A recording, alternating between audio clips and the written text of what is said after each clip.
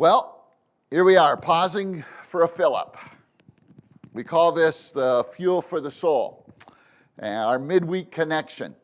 And I'm so glad that you joined in. Just for a couple of minutes, we want to talk. So we got 3 more days until Christmas. And I'm not sure about you, but as a child, I would get so excited the days prior to Christmas morning. The excitement was building, the aroma of fresh baked goods, the tree, the simple decorations. My mom and dad, growing up, always attempted to their best ability to make it special, and I am so thankful for that. Enjoyed those moments. Growing up and then getting married to Lizzie and having our own Christmas traditions, it was beautiful. Lizzie took it to a different level. She just knows how to bring the Christmas cheer into the house, and with everybody, no matter if you're cheerful or not, you have to have that Christmas cheer. Now, many years later, the same excitement exists, yet it's a little bit different.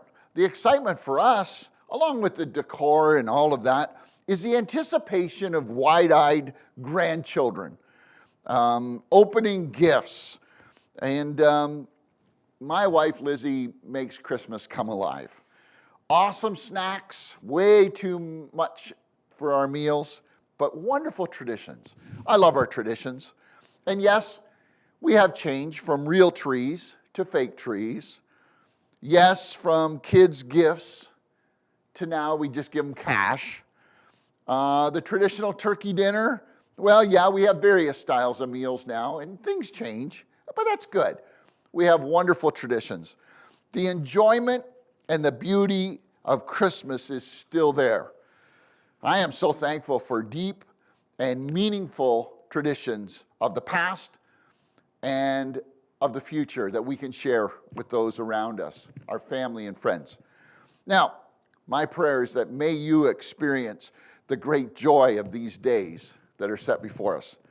Now, before we go on, and I'll leave a little devotional at the end, I just want to share a couple of things from the church life. At this time, we are open. Yes, we have dropped our choice from 120, couldn't get in the auditorium, down to 80, the seating capacity for the next number of weeks. Our desire to give more space for everyone who attends to move around. We have been blessed. We have been getting full as a church service, and we need to just give some more space. So Christmas Eve, the 4 p.m. service is full. And I want to say thank you to a couple of people that said, we'll give up our seats so that others can go, and we have filled those seats as well. Thank you for those that have done that. 6 p.m., we have space for another 20 or so. Just be aware of that. You need to register your name if you're going to come. Now, church on December 26th and January 2nd, please register your attendance. Now, some of you are on, quote, the list. Well, even if you're on the list, would you please call us or send an email that you're going to come to service? We want to know. Please do that. Please help us. Or if you're on the list and say, I'm not coming, then tell us that. Thank you for your gifts, your support, incredible support from this congregation. Thank you. You're awesome. And we will communicate on ongoing changes if any of those happen in the days ahead. We're just praying that the Lord would lead us. Now let me segue, and just for a couple of minutes. I hope you've enjoyed the Advent devotional guide provided by BIC Canada. Stories, scriptures, thoughts, meditations from individuals around our conference, pastors and leaders. Thank you to the BIC for the inspirational lessons and providing that to us free of charge. And to those who have put it on Facebook and sent it out each day, thank you. This final week, as we lead into Christmas Day, has carried the theme of peace. Peace. How appropriate. How appropriate. You know, hundreds of years before the birth of Christ, Isaiah the prophet wrote words that described the Prince of Peace would come, a wonderful counselor, mighty God, everlasting Father. But the key was the Prince of Peace. Today, in a very volatile world, a deep-rooted, real peace is the need that we beg for, we need, we want. Now, I can have peace in my heart with my relationship with Jesus. I can have peace in my heart with relationship to other individuals. I can have peace in my heart of who I am. But there are many things that are happening in our world right now that really makes that peace that we want really fragile.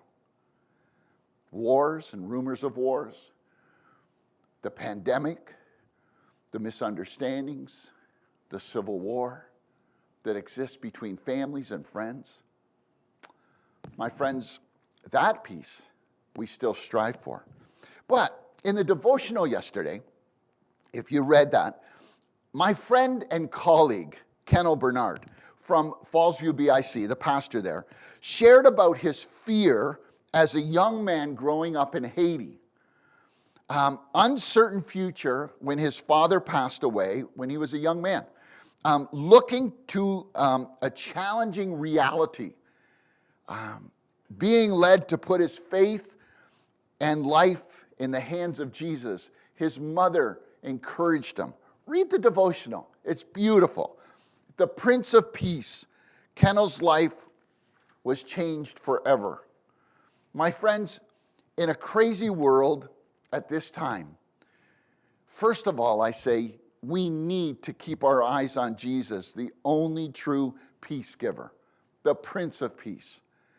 To have a peace in our hearts, that no matter what happens, we can stay focused on him. John 14:27, Jesus wrote these words, declared these words, "Peace I leave you, my peace I give you. Do not let your hearts be troubled, and do not be afraid." This is a kind of peace that the world cannot offer. You can't get it at the postal service. You can't get it with the government. You can't get it from a store. It comes from Jesus, a personal relationship with Jesus. Do not let your hearts be troubled, and don't be afraid. The chorus that I grew up with in the church of a song, of a hymn, says, "Turn your eyes upon Jesus. Look full in his wonderful face, and the things of earth will grow strangely dim in the light of his glory and grace." And in the verse 1 it says, "Are you weary and troubled? No light in the darkness." Doesn't that sound familiar? And in verse 3 it says, "His word shall not fail you, he promises." My friends, in a spiritual way, I challenge you to come close to the manger. The Prince of Peace is born. We celebrate his birthday. We know that December 25th is only a date. We know that. But we set it aside to honor the birth of the baby Jesus, who later in life would die for us, that we can have the peace that surpasses all understanding because he dwells in our hearts. Come close to the manger, my friends. Cuddle up to that reality of the Christmas story, and he will give you peace. So from my family to your family, Merry Christmas. I know that there's challenges, but if we look beyond the challenges and see Jesus' face, we can say Merry Christmas.